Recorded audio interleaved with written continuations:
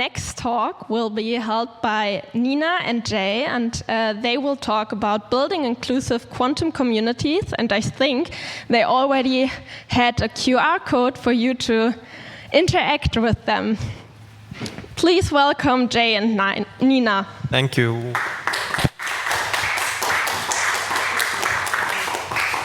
Hello, everybody. How are you doing today? My name is Jay. This is Nina. And thank you for the 3 people who already responded to our first question of what got you into hacking or making. Very nice. We are going to speak to you here about building inclusive quantum communities. And this is a little bit based on our association with an entity called We in Quantum Development, which we'll also introduce to you. My name is Jay, and this is Nina. We'll start with a few words about ourselves.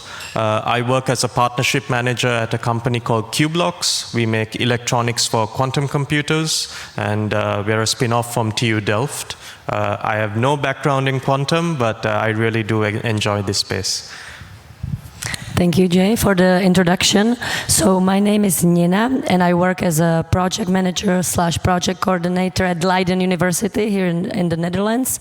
My background is also not in quantum, but I joined university in 2024, and I started learning a lot about quantum. And at the same time, I also joined WIQD, We in Quantum Development, that we are here representing as a volunteer.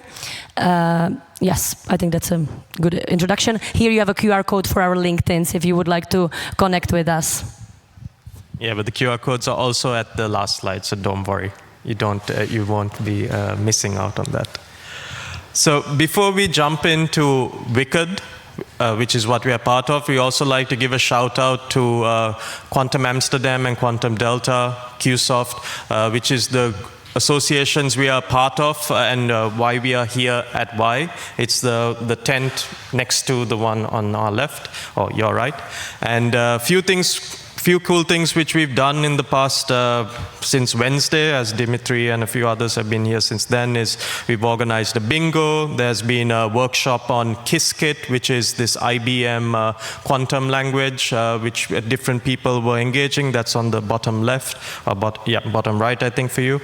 And yesterday night we had a very nice networking bingo. So just a quick shout out to Dimitri, Inga, and Kun, who've done an amazing job of organizing this for us. So thank you very much, and we're very grateful to be here on behalf of WIQD. So Nina, who's the chair of the WIQD organizing committee, is now going to share a few words of what WIQD is and why we're here. Thank you, Jay. So if you want to, also check out our website, and you can scan the QR code. There you can get more information. But let me tell you a bit about WIQD, We in Quantum Development. So who are we actually? What is it? We are a network. We are an organization that works in the Dutch quantum ecosystem. For now, we have been only in the Netherlands, but we are planning to maybe expand to other countries. We also attended German conferences, and we are trying to grow further if it works. We have 3 staff members, and then the rest are volunteers. I'm also part of the volunteers, and one of the reasons why we also wanted to come to this festival, this why, it's because it's also organized by volunteers, and you really see the passion that people bring, because they really choose to be there. They do it in their free time, and for me, I really enjoy working with volunteers. What do we want? What is our goal? Is we would like to bring more inclusivity to this quantum ecosystem, where everyone, all the people feel like they belong. Why is this something that is important to us? We would like to connect and retain underrepresented groups. These groups can be, for example, women, these can be minorities, and we would like to retain them in quantum. How do we do it? How and why? We offer trainings mainly, and we organize events. Let me tell you a bit about these events. In the past, we organized inspirational talks. These are monthly hybrid talks where we invite guests, and these guests, they share their professional and personal stories. And why is it important? It's also to see different role models. So for example, in the past, we invited female professors who shared their stories. And this is a way for other women to see that this is possible. And also for me, so I have 2 children, I have a son and a daughter, and for me it's important that my daughter and also my son, that they see other role models, that they see that this is possible, that science is not only for boys, right? That this can be, anybody can be included. We also, besides these inspirational talks, we organize different workshops, networking activities, for example, New Year's drinks. This is just to bring the community together. And for example, in September, we will organize a quiz night. And the biggest event of the year is our annual symposium. So I would like to tell you a bit more about this event. This happens once a year. It's a whole day event. We usually have about 100 people. Everybody does not have to work in quantum.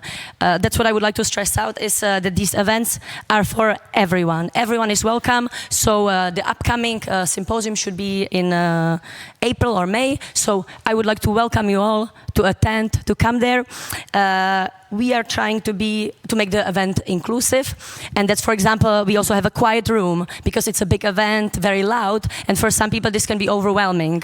We also always make sure when we choose a location that this is accessible for everyone. So we are really aware when we organize these events to make sure everyone can be there. So let me tell you a bit. As you can see, the pictures, I think they speak for it. For example, this picture, no, can you go back, one back? Yes. So the first picture, that's from our speed networking session that we had at the annual symposium. Why we believe that connecting with others is really important, and sometimes when you come to a crowded event, you can imagine 100 people.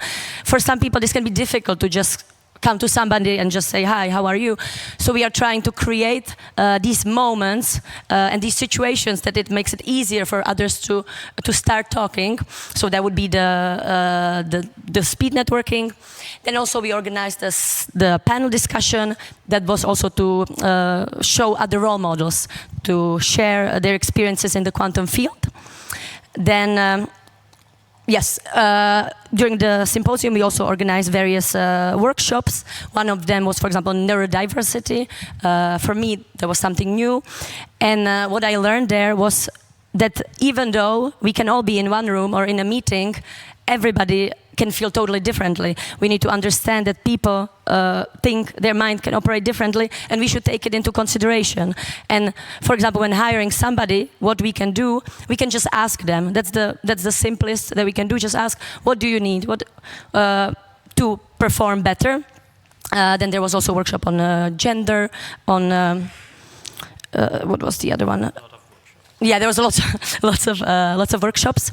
And then what I wanted to also show is there was a creative session at the end. It's really important for people to get out of their comfort zone. So we had this like crafty workshop with stickers, and people had to show what does diversity mean for them in the workshop.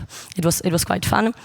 And then let me pass the microphone to Jay, who will say something about our hackathon. Thank you. I will say something now about the hackathon.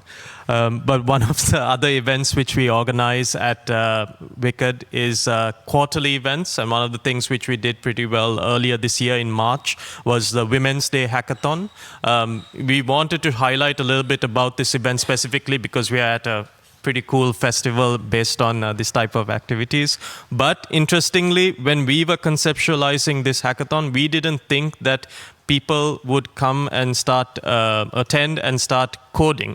We actually thought it would be a different approach. And what we did was we gave them a problem, which is that there is a lot of data out there which is difficult to illustrate, difficult to understand, and to just take that data, whether it's CBS data, whether it's from universities, from private institutions, whatever, and the data related to DEI, related to inclusiveness in quantum specifically, and try to figure out how it can be illustrated better to the general audience. And we thought people would want to just use posters or different things like that. And there were some aspects to it too, but some people actually coded a real-life game in that moment. They made an AI chatbot. So from our side, we as folks who do not really go for hackathons, we were pleasantly surprised. And what that meant was that we had a lot of learnings from it. It was a great vehicle for attendees to make and engage with DEI topics. It helped us understand the community which we are catering to. We were pleasantly surprised that they were able to engage in that way. Thank you. Hackathons, they do have a tech-heavy connotation. As I mentioned, that's why we were not so confident about it, but we were pleasantly happy to see that they can be adapted to these different types of approaches. And the biggest learning and takeaway from it is that we are going to do it every year. So even next year, we want to organize this, whether it's connected to Women's Day or not, but it's a WIQD-related hackathon, and it is open to the public. So please do follow our socials and so on, that you'll be able to potentially join us and show us really how it is to actually have a really cool hackathon. And we've got a great glimpse of what it is like here, to be honest. So back to interactions. Could you guys get out your phones and Nina, you want to ask them the question? You can also. So if you could vote, what could DEI stand for? So I would say our goal is, after this talk, if you know this, if you know what DEI stand for, that's already our mission is completed. Of course, then knowing about WIQD more, that's one of the other goals, but this is what we would like. So I will give you a bit of time to vote, to interact. I think it's design, execute, and innovate, right? Oh, yes. Maybe the last one. Yeah. Design, execute, and innovate. Or developing, educating, and inspiring also. Well, 7 attendees. Yes, keep voting. DEI. What could it stand for? Did you vote, Marie? Yes? Okay, okay. Yes? Oh, yeah. We have more people voting. Oh, okay. Nice. 9 people. I think everyone does. Oh, everyone does know what it is. And what is it, Nina? So it's actually diversity, equity, and inclusion. As most of you, I thought it was about 90% of you knew it. So it seems like you already heard a bit about DEI, or this is not something that you hear for the first time. So I think these pictures on the screen kind of represent it quite well, what DEI stands for. So it stands for diversity, equity, and inclusion. Diversity, to kind of explain it also in words, is it's the presence of differences in a group. This group, it can be a workplace, it can be a university, it can also be this festival, for example. This is a group, and these differences can focus on, for example, ethnicity, on gender, on different ages, nationality, sexual orientation, different backgrounds. So those are these differences. Then equity, it's a bit different, slightly different than equality. But equity focuses on ensuring fair treatment and opportunity of all people. And it's also how it's really nicely visualized in the picture, is recognizes that everybody has different needs. As you see, the boxes, the ladders are different because people have different needs. And the inclusion, it's about creating work, I would say work, or just any kind of environment, culture where everyone feels valued and respected. And now let me tell you a bit more. Why does DEI matter? Why does it matter to us, and why probably it should matter to everyone? So some studies show that DEI, if you focus on DEI matters, it drives innovation and better decision making. Let me kind of explain it. It's because different teams bring a variety of perspectives, different points of view, and that can boost creativity and problem solving. I don't know if you've experienced it, but if you're in a group and everybody is the same, then how can you create something? That's why I love working in diverse team. For example, at Leiden University, we have people from different backgrounds, different ages, and then you see that everybody comes with a bit of different perspective, and then you can discuss and you can brainstorm. DI also improves employee retention and well-being. It's because inclusive cultures strengthen employee attachment. They are more attached to the company. They feel like they really belong, and then that decrease their intention to leave. They don't leave these companies because they are happy in the workplace. The last one, but not the least, these are just the main topics. There are, of course, multiple. It attracts talent and enhances reputation.